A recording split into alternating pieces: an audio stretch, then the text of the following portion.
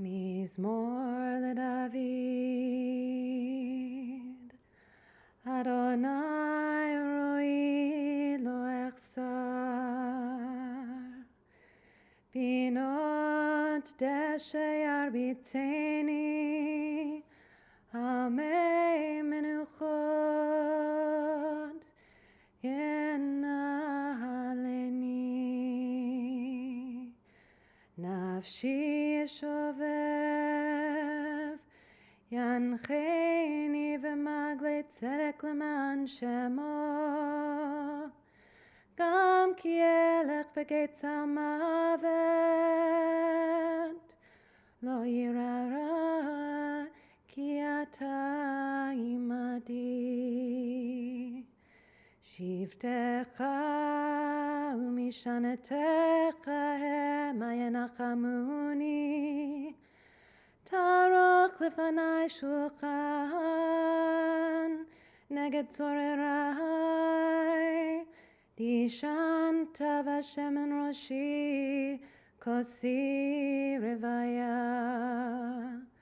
Ach tov v'chesed yirtifuni kol yamei chayai, v'shavti beveit Adonai leorech yamim.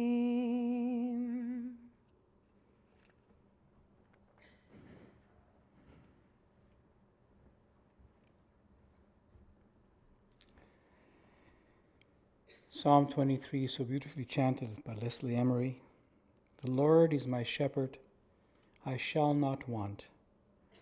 Giving me repose in green meadows, leading me beside the still waters to revive my spirit. Guiding me on the right path, for that is God's essence.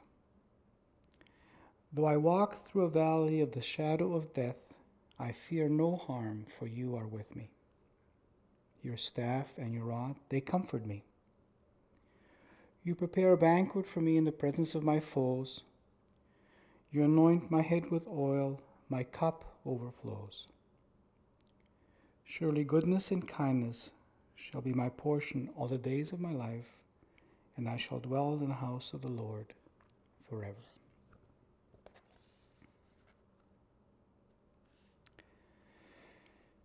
We are here this afternoon to say farewell to an outstanding woman, Evelyn Katz, Chavia Bat Moshe Rivka. She passed away on January the 27th, which is the equivalent of the second day of the month, the Hebrew month of Shabbat, in the year 5780, at the age of 89. She is survived by her son Lawrence, married to Zoe, her daughter Jennifer, Aviva, married to Alan, her grandchildren Jorel, Zachary, and Jessica. Evelyn was predeceased by her husband Philip. Her parents Moshe and Becky Cantor, and her sister Sheila Cantor.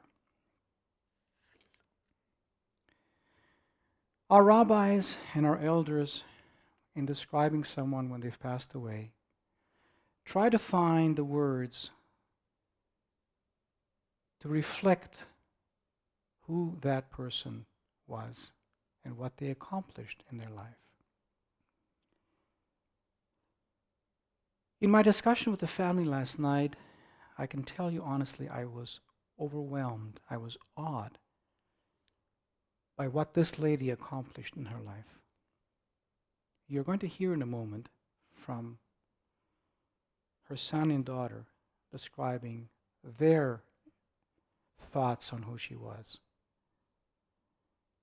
And I'm going to sit back and continue to be awed and overwhelmed by what this lady did in our community, for our community. So at this time, I'd like to invite Lawrence and Jennifer to come up and share their thoughts with us.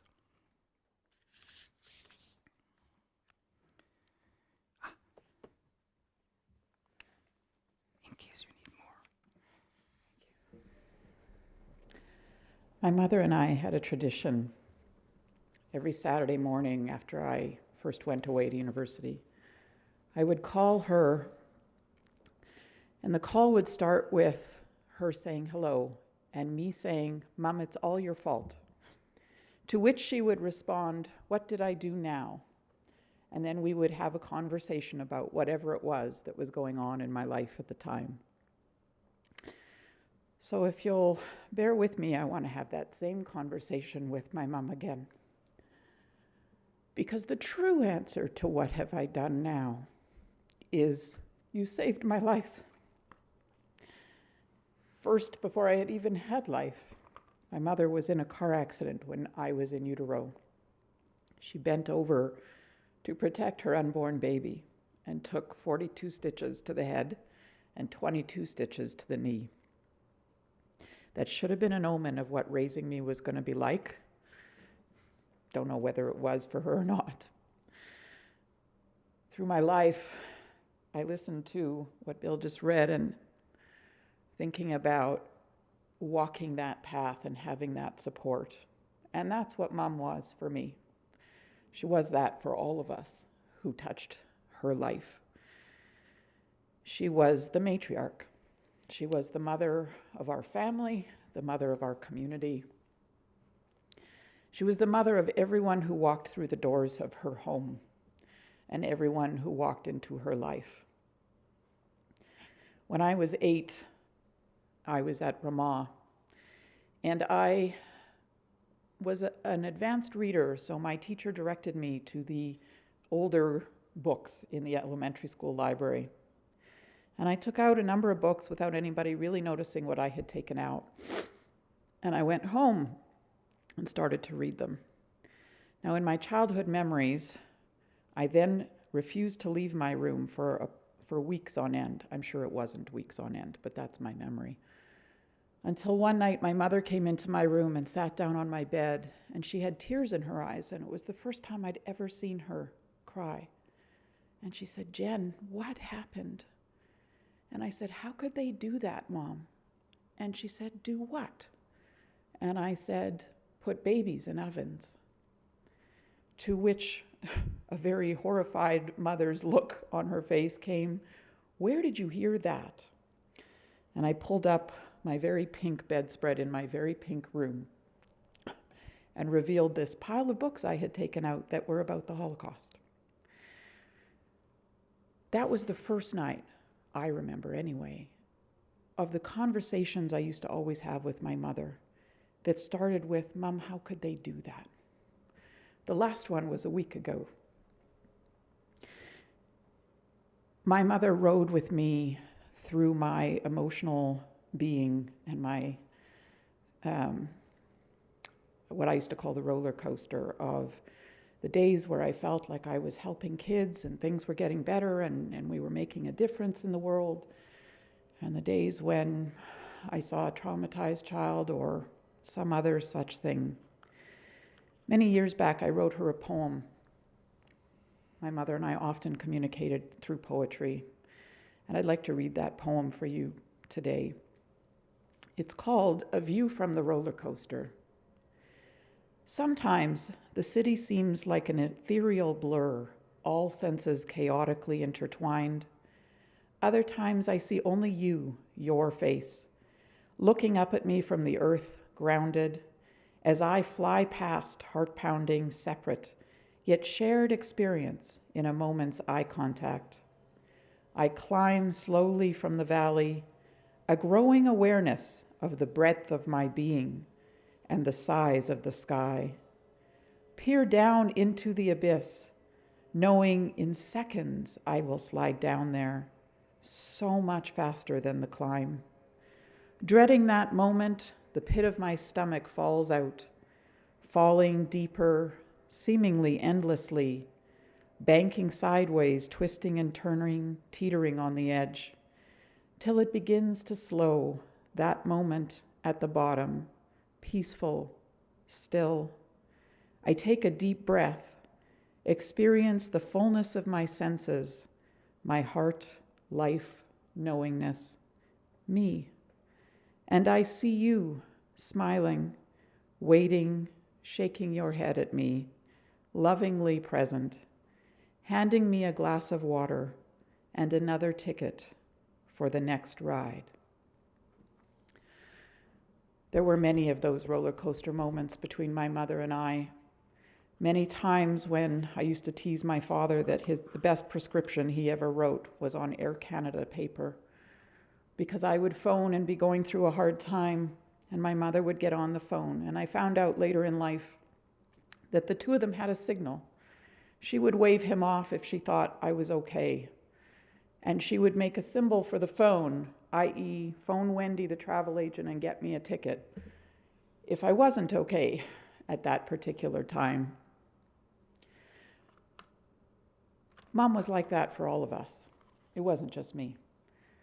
We sat there over the last 3 days, and people marveled at the 11 people sitting around that room, minute after minute, hour after hour, for 3 days, not leaving her side.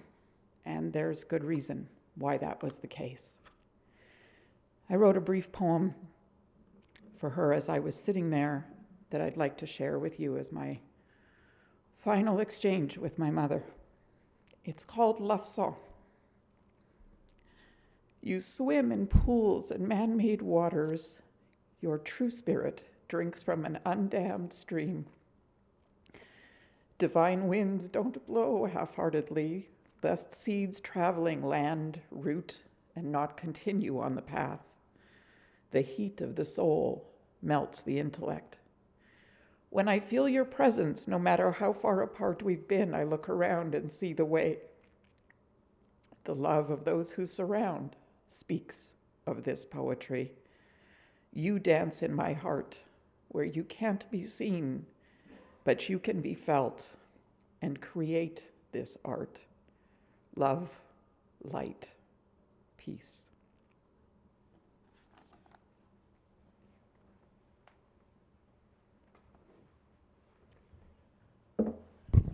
So I was sitting back there hoping Jen wasn't going to make me cry and not able to do this. So I'm going to try to do this without too much crying. Jen told you about the emotional role that our mother played for us through all this. What I want to do is tell you a bit about my mom and what she did. Bill had mentioned before, my mom did a lot in her life, and I want to tell you about that. So I'm going to focus on that. So my mom was born, well, let me start with her father, my grandfather, was the principal of what was called Parrot Shul, or a parrot school. He was the principal back in the days, and the Parrot Shul was kind of renowned for being, I'm going to call it a secular humanist Jewish school. It was not a particularly religious school. In fact, it was pretty irreligious. But my mother was raised in an environment of social humanism, and comes from many of her family were some of the original Unionists in the city of Winnipeg, and in other areas as well. So she was raised in this environment. She grew up on Woody Guthrie and Pete Seeger. She came from that kind of, from a background of a focus on people and caring and taking care of others. And so she spent her life thereafter pretty much dedicated around those values, beliefs, and morals. And so she was born in 1930, lived in Winnipeg for a while. Another thing that her family did that was somewhat unusual at that time was, because her father was a principal, he actually traveled around. So they moved to Houston for a while, lived in Houston for a while. Jen has reminded me of some of my mom's stories from Houston, just as an illustration of her social humanism. My mother was the one white child who played with the black kids in Houston in the 1940s. So she came from also a background of civil rights and a belief in civil rights. And so and I said black intentionally because that was how they were referred to. We would now say African American, but that was how she used to describe it. She grew up in that, and then they moved to Peabody, Massachusetts. So she lived in Massachusetts for a while. And so her family would take car trips all around North America. This is back in the 40s, 30s, perhaps even some, and then in the 40s. So you can imagine these are not quick or easy trips to take back then. And they traveled through North America doing that. My mom, they came back to Winnipeg, and again, my grandfather was the principal at Parrott Shul, and my mom went to university, and for those who don't know, she was a social worker. She got her undergrad degree and then a master's in social work, and worked at I believe at Health Sciences for a while, and I think that was when she became the director of social work at Health Sciences, and then got enticed away and moved in 1956. This was another example of this was not a common thing for a woman her age in the Jewish community to do, but she and two friends moved to Montreal, and she lived in Montreal for about 7 years with two other friends, living I'll refer to it as a modern life, not usual for the 1950s for a Jewish woman in her 20s. And so she had some spunk.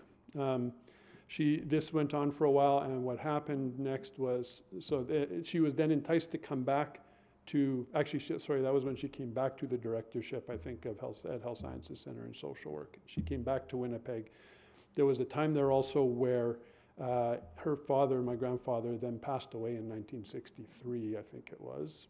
And in the course of coming back here to deal with his loss and grieving, my cousin Sheila introduced her to my father.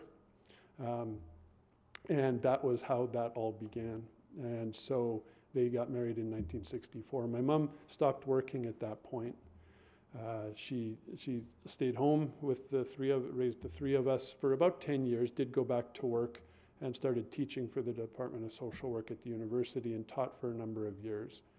That was kind of the early part. And then there was a huge shift in what my mom did. She went from, I can't remember how long she taught for. It wasn't a long time, a few years maybe.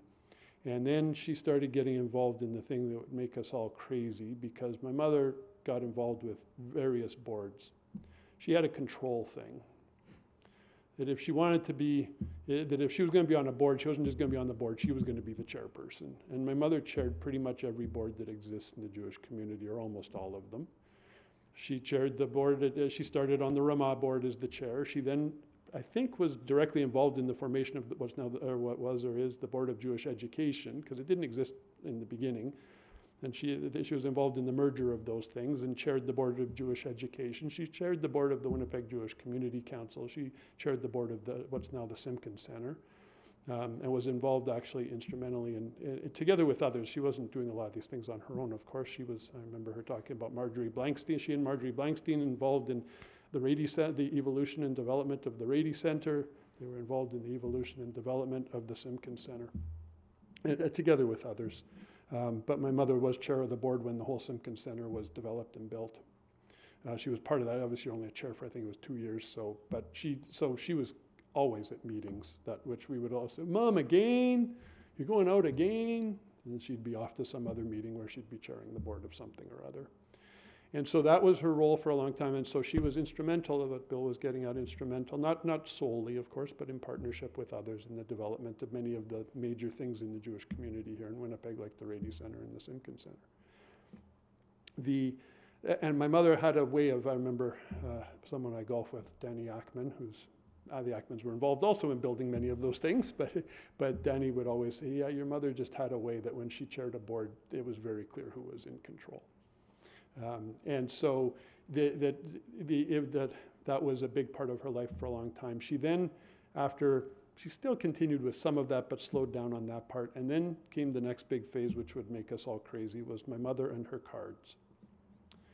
So what I mean is my mother had recipes. She was the demographer of the Jewish community.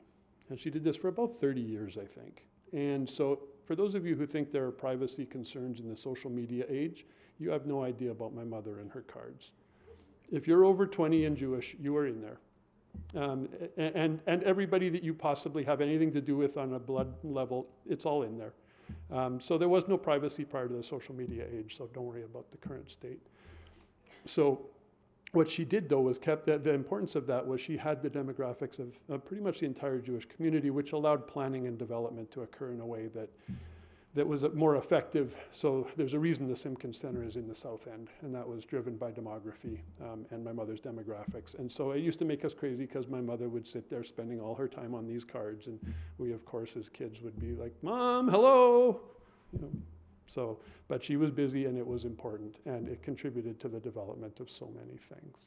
And it kept her very busy, as I say, for about 30 years, and kept her, that carried on after we were grown and off into our own lives and so on.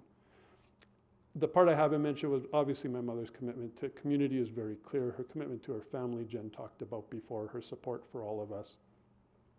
And so as much as I'm joking about her running off to meetings and doing cards, there wasn't a question of when we needed mom, she was there. So I think the final thing I'm going to say, as Jen mentioned, my mom had a love of poetry. I think I'm going to stop there. I haven't talked about her, and her and my father traveled the world. They traveled extensively and spent a lot of time in a lot of different places. They truly enjoyed traveling, and it was one of the things that made it very difficult for my mom at the end.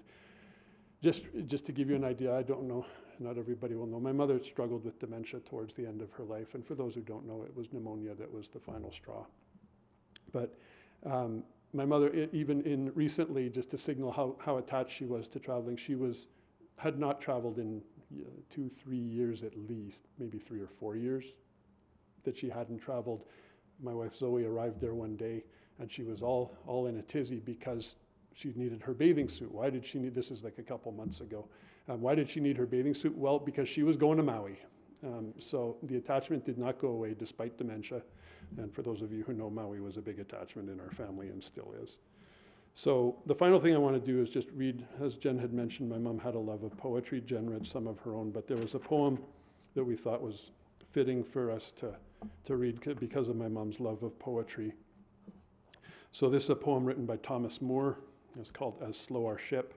And we're all getting old because we can't remember for sure, but we think we read this at my dad's funeral a couple years ago. So, as slow our ship, her foamy track against the wind was cleaving. Her trembling pennant still looked back to that dear isle 'twas leaving. So loath we part from all we love, from all the links that bind us. So turn our hearts as on we rove to those we've left behind us. When round the bowl of vanished years we talk with joyous seeming, with smiles that might as well be tears, so faint, so sad they're beaming. While memory brings us back again, each early tie that twined us. Oh, sweet's the cup that circles then to those we've left behind us. And when in other climes we meet, some isle or vale enchanting, where all looks flowery, wild and sweet, and naught but love is wanting, we think how great had been our bliss if heaven had but assigned us to live and die in scenes like this with some we've left behind us. As travelers oft look back at eve, when eastward darkly going, to gaze upon that light they leave, still faint behind them glowing. So when the close of pleasure's day to gloom hath near consigned us, we turn to catch one fading ray of joy that's left behind us. Thank you all for coming today. Really appreciate that. Thank you.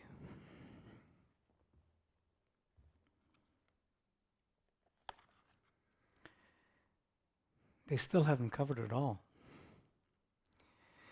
In my conversation yesterday, I got the very distinct feeling that the Federation, the Foundation, you heard the Rady Center, the Simpkins Center, our education system. There was a needle and thread going through all of those organizations. They are currently really, if you are traveling in other Jewish communities, the envy of other Jewish communities. She was the needle and thread. She put this together. She would probably tell you that she was probably culturally a secular Jew. And yet she observed holidays and she put her energy to make sure that we as a community were able to function as well as we could. We had a present, and more importantly, we had a future. And we have it because of people like her. I know there are people here from the Foundation and Federation, and I'm sure if they were up here, they could tell you stories that would reinforce what I'm saying. That's why I'm overwhelmed. I was tired at the end of the 45 minutes because I was thinking, how can one person accomplish this all? Including the fact that she looked after her family. Amazing. Now, we also found out today what we did before computers. Your mom was the model for that. It would be interesting. Do you still have those cards? Oh, you have them. How many computers did it take to put all that stuff in there? Just one.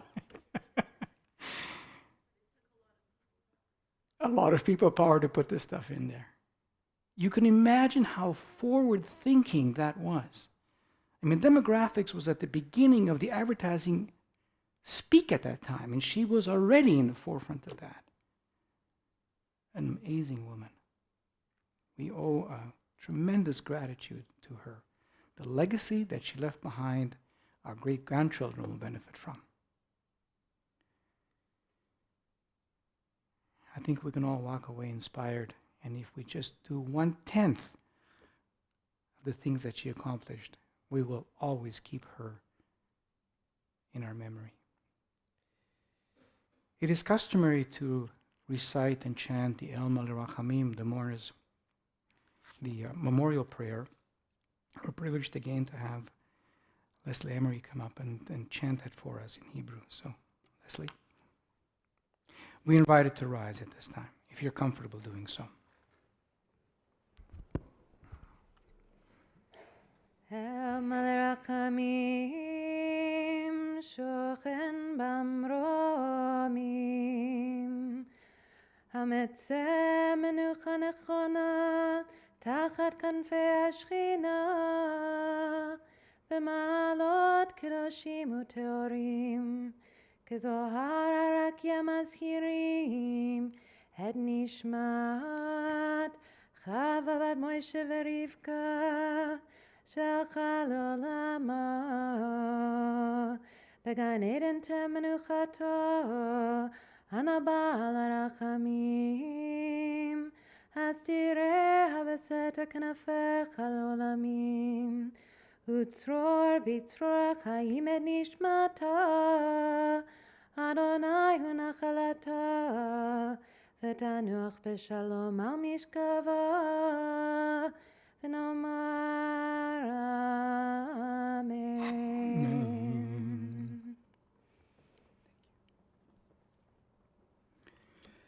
Exalted, compassionate God, grant infinite rest in your sheltering presence among the holy and the pure to the soul of Evelyn Katz, who has gone to her eternal home. Merciful One, we ask that our loved one find perfect peace in your eternal embrace. May her soul be bound up in the bond of life. May she rest in peace. And let us all say, Amen. You may be seated.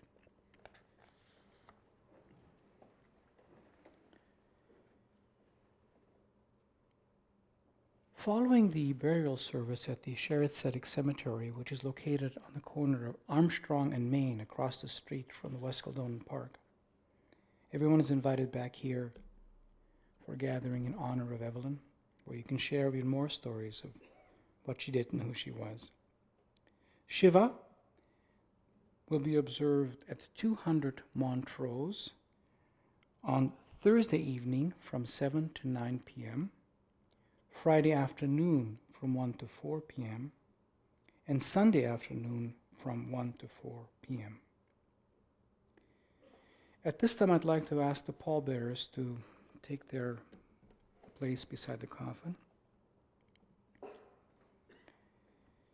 And while the family is still here, I would like to share the following words with the family. We'll do this again at the cemetery, but on behalf of all of us who are here, we'd like to say to you, Hamakom Menachem, Etchem B'toch She'ar Eveli Tzion V'Yerushalayim. May God comfort you and all who have mourned for Zion and Jerusalem, and let us all say, Amen. I'd also at this time like to ask the family to get dressed and take their place at the transportation. While they're doing that, a couple of updates as well. If you are going to follow us to the cemetery, there's a couple of very important things. Make sure that your flashing lights are on all the way. And if you're following us, please observe all of the traffic lights and stop signs. We no longer get a pass through those things. We will wait for you at the cemetery until you all get there. At the cemetery, we will chant the El Malirachamim, then recite the Mourner's Kaddish, Then the family will be invited to be the first ones to gently cover the grave. The custom is to 3 shovelfuls of earth. Then you put the shovel back on the mound so the person behind you picks it up. Not everybody can do it. You don't want to put someone in a position where they recoil. There's also a little bucket of sand if you find that the earth is too heavy. Following the family, we invite the pallbearers to do the same and anyone else who's there. I will stay there until the grave is covered by our staff. I know some of the family will stay with me, but after you've done that, you're more than welcome to come here and wait for us as we come back from the cemetery. And there's where I also would like to ask you a favor. When the family comes back here, everyone here would like to pass on their condolences. And very often the family is standing there accepting condolences and they haven't had a cup of coffee or anything to eat. So if you can sit them down first, bring them what they'd like for a while, have them eat something, and then of course pass on your condolences. And sometimes they stand there for 25, 30, 40 minutes and they haven't had anything. So make sure that they're seated first and have some sustenance. Also at this time, I'd like, in a moment the doors are open, I would like you to form 2 lines as we are now honoring the final farewell of Evelyn, so you can get ready and meet us out there. Thank you very much for coming tonight. This afternoon, I should say, muchly appreciated.